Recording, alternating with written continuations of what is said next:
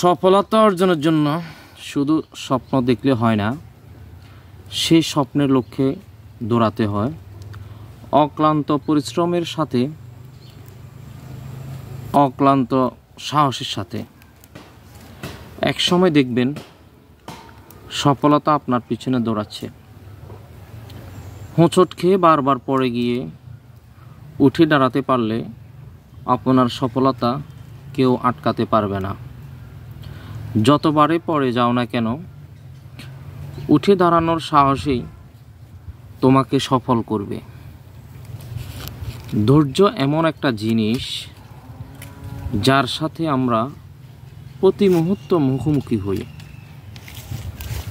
ধৈর্য আমাদের সাফল্যের জয়মালা এনে দেয়।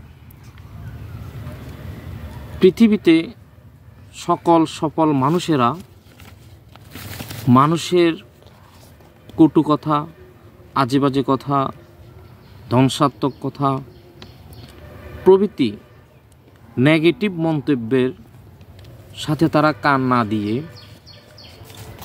নিজেদের লক্ষ্যে তারা অবিচল থাকে, সবসময় চেষ্টা করে থাকে। তারা বুঝতে পারে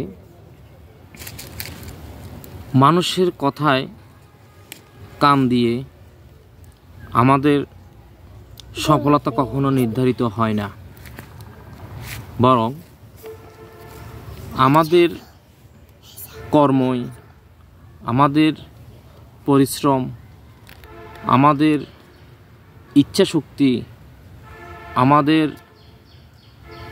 যে উদ্বেগ, কর্মপ্রবণতা ইত্যাদিই আমাদের প্রকৃত পরিচয়, প্রকৃত সাফল্যের সিঁড়ি। মানুষের জীবনে সবচেয়ে বড় সফলতা হচ্ছে নিজের কাছে নিজেকে সবসময় ন্যায় ও সৎ রাখা।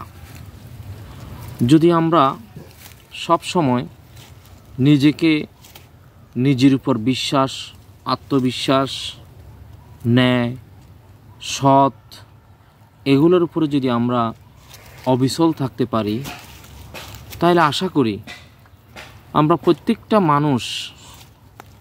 মানুষের জীবনে সফলতা অবশ্যই আমাদের আসবে, এতে কোনো দ্বিমত হতে পারে না।